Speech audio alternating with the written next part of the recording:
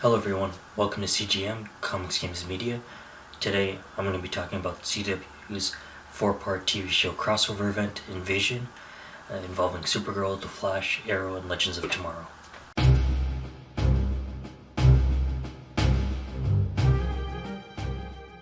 So I'm going to begin off with my spoiler-free impressions, so if you haven't seen the event, you can eliminate the Supergirl episode completely because it has no context whatsoever to the event. Also, if you haven't been watching the shows this season, you're not going to be too left out because there's just only a couple minor characters here and there, and just like one or two minor subplots that are going on each of the shows.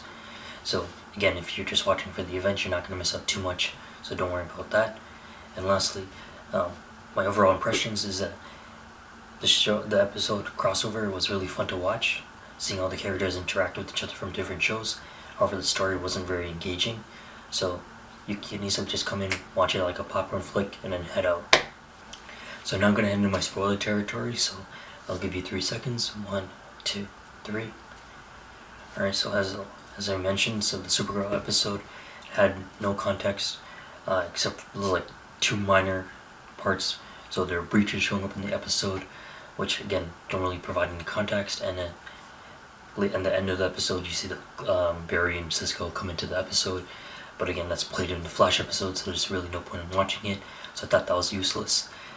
Going into the Flash episode, honestly I thought this was very familiar to the first crossover that we had with Flash and Arrow, with the Flash versus Arrow, where you had Barry get mind controlled and then him and Green Arrow fight.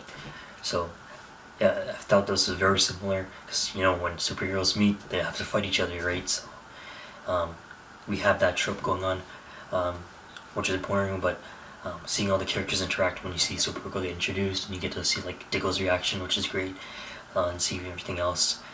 One of my favorite parts of that episode though was when you see the team was trying to determine who's the leader. You see Oliver push Barry to become that lead position.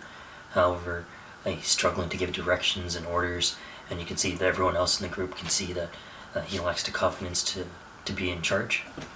What I didn't like about the episode is this minor subplot going on with Wally, him trying to become Kid Flash, and like him trying to make a deal with Harrison Wells, or HR like he likes to call himself, try to get him to train him to become the Kid Flash.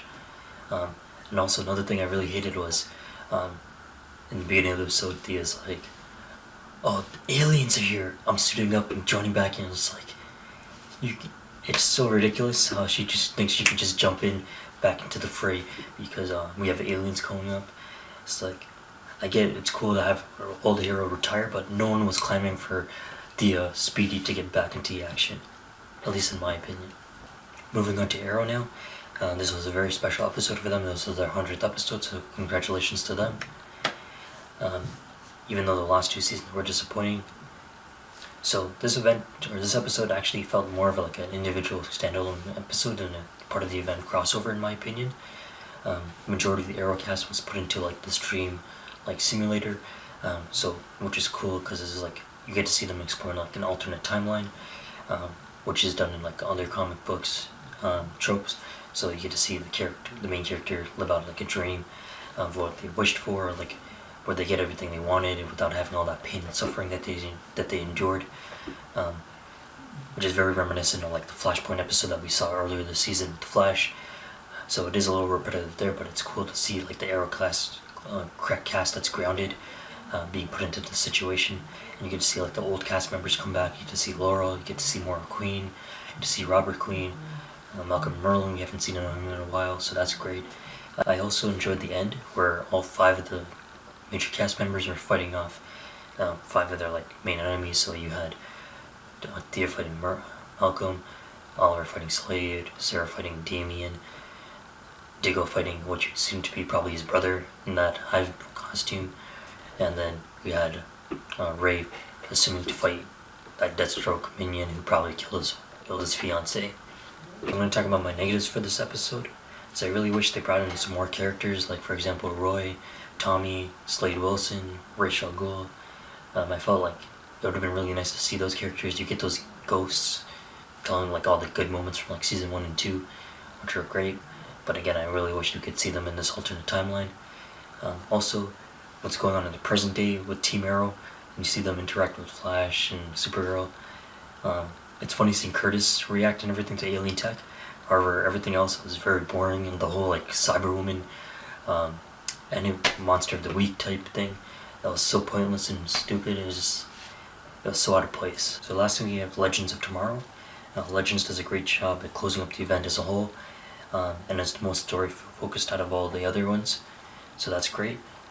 However, starting off with my negatives first, I didn't like when they went back in time. They found like these government suit guys, and then when they go back in prison, it's like these same guys, but like they don't really add much to the story. They just tell, they're just there for like exposition, tell what's going on. So I found them pretty useless. Also, wasn't buying the whole like, oh, we have metahumans here on Earth, so your planet needs to be destroyed, like we gotta wipe out the metahumans.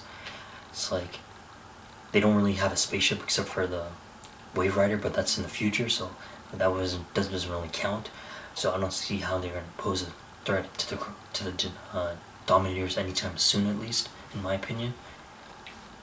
So moving on to the positives now, I really enjoyed when Cisco and Felicity tagged along on the Wave Rider and went back into the past, seeing them geek out over all the technology. It's funny to watch, and also especially when everyone is quoting or phrasing movie quotes, and Cisco's getting frustrated because like that's his thing. Also, seeing when they went back to the present, seeing the consequences of Cisco's actions to help understand what Barry went through, and that I really appreciate that. So like it was getting frustrating to see Cisco being pouty all the time. So at least so it was great to see him realize that and get that out of the way, so he can establish the relationship back with Barry again. Seeing that final fight on the rooftop was pretty epic. The only problem is that, you know, Supergirl and Flash are the only useful ones there, and everyone there would have pretty much lost if it wasn't for those two. So there's just some minor things I want to talk about. So I really enjoyed how they had the Hall of Justice be like their headquarters for the main event there. I also thought it was funny of how the cast changes between each of the shows, and it's like, guys, we still have an invasion going on. Where the hell are you guys going? Also, the alien designs, I thought for the Dominators, I guess they were okay. However, like the spaceship looked really bad in my opinion. But again, it's just TV budget, so I guess you can forgive them for that. And in my opinion, I thought it felt more of like a two-part episode crossover of Flash and Legends, and Arrow was standalone. Didn't live to what I was expecting, unfortunately, because I thought it was going to be a very strong story, but it's still a lot of fun seeing all these characters interact from different shows, which is great. So again, it was a lot of fun watching it. However, I felt it was a little underwhelming though in terms of story and plot. So that concludes my overall thoughts of the event crossover.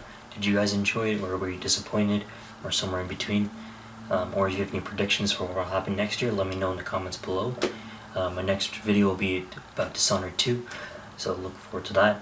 Thanks for watching, guys, and have a good one.